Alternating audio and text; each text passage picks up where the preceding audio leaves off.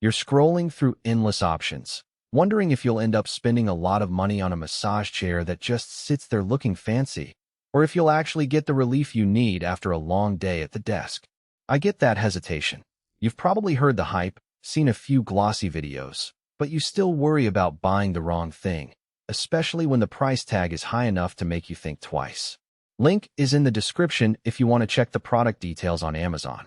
Let's talk about why a massage chair isn't just a piece of furniture.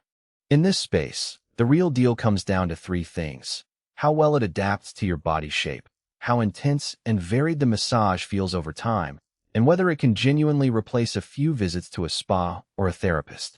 The Osaki Vibe 4D tries to hit all those notes, but does it deliver enough to feel worth the investment?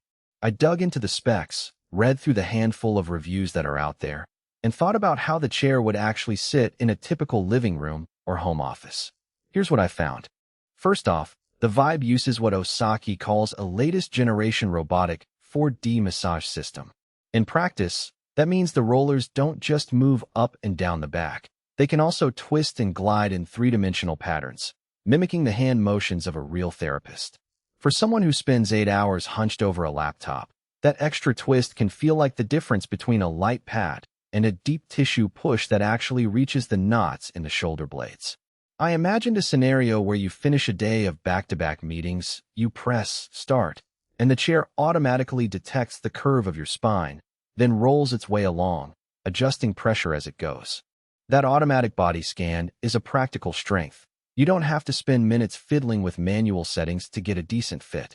The chair reads your unique shape and tailors the massage, which is especially helpful if you're on the taller side or have a shorter torso.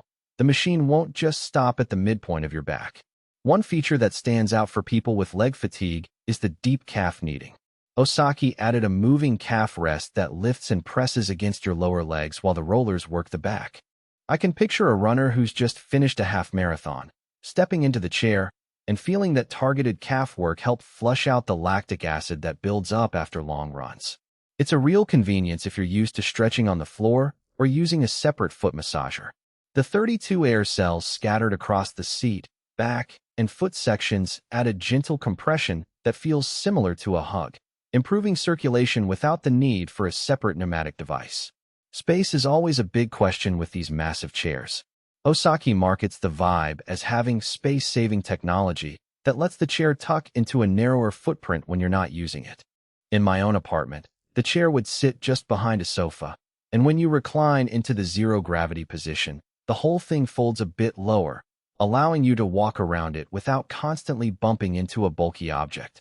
That's a practical upside for anyone who lives in a condo or a smaller house, but keep in mind the chair still needs a solid floor space of roughly 8 feet wide when fully reclined.